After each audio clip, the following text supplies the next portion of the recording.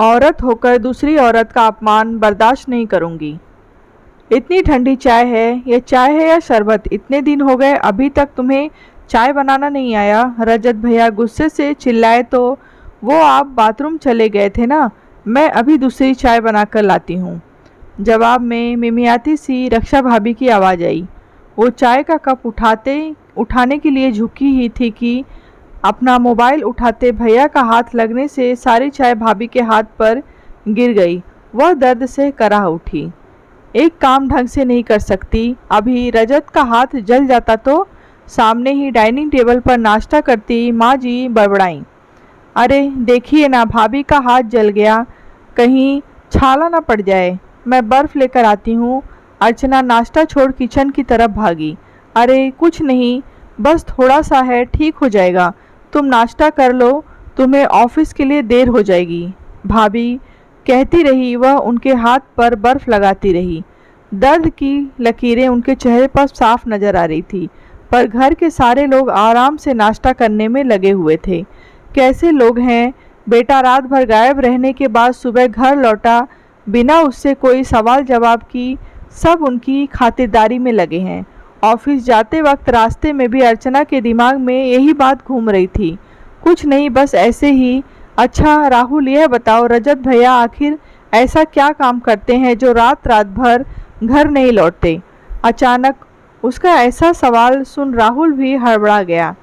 उनका property dealing का काम, देर सवेरे लोगों से मिलना पड़ता है, काम के सिलसिले में बाहर रहते होंगे। तुम अचानक आज ये सवाल क्यों पूछ रही हो? बंदा तो दिन रात तुम्हारी खिदमत में हाजिर रहता है।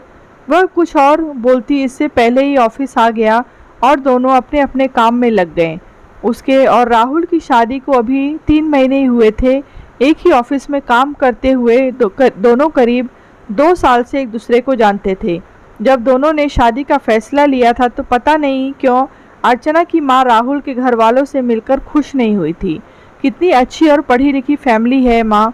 राहुल के पापा कॉलेज में प्रिंसिपल हैं, माँ जी समाज सेविका हैं, भैया का अपना बिजनेस है। दोनों बड़ी बहनों की शादी हो चुकी है और रक्षा भाभी उनसे मिलकर लगा कि नहीं कि वह मेरी होने वाली जेठानी है। बिल्कुल बड़ी बहन की तरह प्यार से मिली वो मुझसे, और बचा राहुल उससे तो आप कई बार मिल चुकी हैं। कितनी इज्जत करता है वह आपकी। फिर और आप क्यों परेशान हैं? उसे माँ की हर चिंता फिजूल लग रही थी। शायद तू सही कह रही है बेटा, भगवान करे ऐसा ही हो, पर पता नहीं क्यों मुझे कहीं कुछ खटक रहा है। हो सकता है मेरा वहम हो। तुझे अकेले पाला है, इतना प्यार करती हूँ, इसीलिए चाहती हूँ ज़िंदगी में तुझे कोई परेशानी ना हो, तू हमेशा खुश रहे।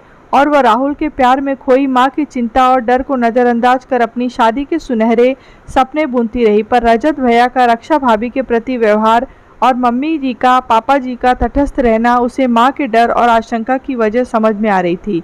राहुल ऑफिस के काम से 3-4 दिन के लिए बाहर गए हुए थे। रात में सब लोगों के खाना खा लेने के बाद रक्षा भाभी के साथ मिलकर किचन समेट ही रही थी कि बुलबुल आवाज़ आकर रोने लगी। वह उसे सुलाने चली गई। तभी रजत भैया आकर बोले, जल्दी से मेरा खाना लगा दो। भाभी आत इससे पहले कि वह उनका खाना गर्म करके टेबल पर रख अपने कमरे में आ गई। उसे अभी कुछ ही देर हुई थी कि रजत भैया के चीखने की आवाज़ आई। ये खाना बनाया है तुमने? इतना ठंडा और बेस्वाद गर्म नहीं कर सकती थी? वह जब तक बाहर आई उसके देखते देखते उन्होंने रक्षा भाभी के गाल पर एक थप्पड़ लगा दिया। यह क्या कर रहे हैं भैया? इसमें भाभी की कोई गलती नहीं है, आज खाना मैंने बनाया है। भाभी तो बुलबुल को सुला रही थी, आपके लिए खाना मैं ही रख कर गई थी, वह भी गर्म करके। आप ही अपने मोबाइल पर लगे हुए थे। वह रोती हुई भाभी को एक तरफ हटाकर बोली। उसे देखकर भैया पीछे हट गए। तभी माँ जी आकर चिल्लाईं, अर्चना तुम चुप रहो, यह इन दोनों के आपस का मामला है। आपस का मामला नहीं, यह हमारे घर का मामला है। यह इतनी भी बड़ी बात नहीं है कि अपनी पत्नी पर हाथ उठा दिया जाए।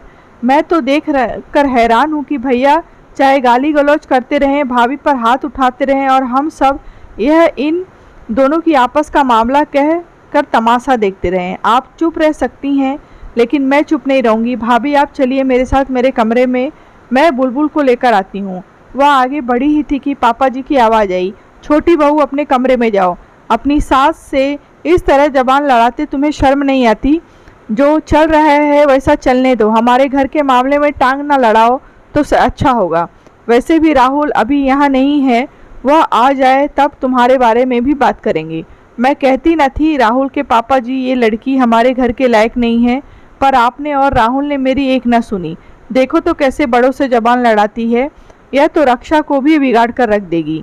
ऐसे शब्द सुनकर अर्चना का खून खौल उठा। उसे समझ नहीं आ रहा था, ऊपर से पढ़े लिखे और सुसंस्कृत दिखने वाले लोग भी इतने असंवेदनशील कैसे हो सकते हैं। वाह माँ जी वाह, औरत अगर दूसरी औरत के हक के लिए आवाज़ भी उठाए तो वह बेशर्म, और मर्द चाहे जो करता रहे, गाली गलौज करे, पत्नी पर हाथ उठाए, वह उसकी मर्दानगी कहलाएगी। अरे पापा जी का तो छोड़िए, वह तो एक मर्द हैं। आप एक औरत होकर दूसरी औरत के लिए ऐसा कैसे सोच सकती हैं। भगवान न करे यही सब आपकी बेटी के साथ उसकी ससुराल में हो, तब भी क्या आप उसे उनके आपस का मामला कहकर उन्हें उनके हाल पर छोड़ देंगी। रही बात राहुल की, तो अगर उन्होंने अन्याय का साथ दिया तो मैं उनके भी खिलाफ जा सकती हूँ। बस बहुत हो गया दीदी, अब तक यह सब इसीलिए सहती रही क्योंकि उनका साथ देने वाला कोई नहीं था, पर अब मैं आ गई हूँ और मैं यह सब बर्दाश्त नहीं कर सकती। आप लोग अपने बेटे को समझाइए, वरना एक बार पुलिस कंप्लेंट कर दी तो आप लोग समाज से कहीं मुंह दिखाने लायक नहीं रहेंगे। कहकर वह रक्षा का हाथ पकड़ अपने कमरे में ले आई। तीनों चुपचाप उसे जाता देखते रहे। कहानी आपको कैसी लगी ये कमेंट बॉक्स में बताएं। कहानी अच्छी लगी हो तो लाइक करें, शेयर करें।